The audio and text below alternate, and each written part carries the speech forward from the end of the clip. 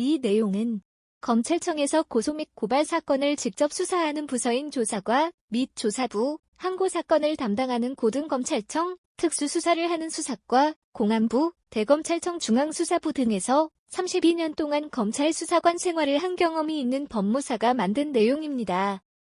고소장에는 고소인, 피고소인, 범죄 사실, 고소 이유 등을 기재하여야 하며 범죄 사실을 입증할 수 있는 증거가 첨부되어야 합니다.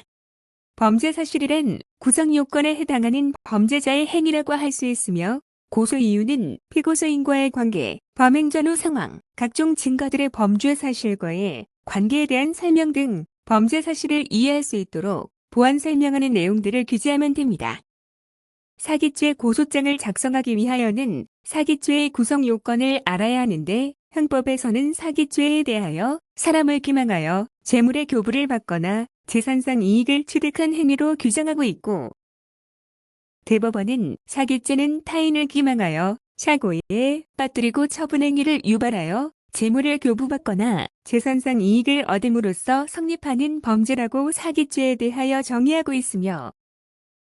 대법원은 사기죄의 성립 요소로서 기망행위는 널리 거래관계에서 지켜야 할 신의치게 바라는 행위로서 사람으로 하여금 착오를 일으키게 하는 것이라고 해석하고 있습니다.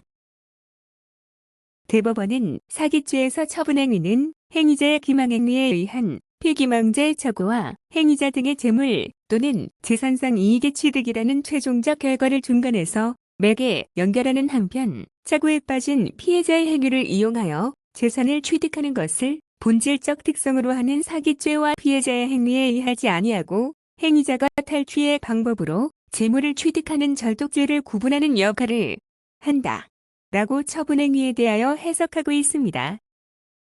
처분행위에 대하여 부연 설명하면 범죄자의 기망행위에 속아서 착오에 빠진 피해자가 손해가 발생하는 재산적 처분을 하는 행위라고 할 수 있을 것입니다. 사기죄의 고소장에는 우선 범죄 사실과 관련하여 사기죄의 구성 요건인 범죄자의 기망행위, 피해자의 재산적 처분행위, 피해자의 손해금액, 범죄자가 취득한 재물이나 재산상의 이익 등이 특정되어야 할 것이며, 범죄 사실에 대한 부연 설명으로 고소 이유를 기재하고 범죄 사실을 입증할 수 있는 증거 등이 첨부되어야 할 것입니다. 이 내용이 유익하다고 생각되시면 다른 사람도 볼 수 있게 구독, 좋아요 클릭해 주시면 감사하겠습니다.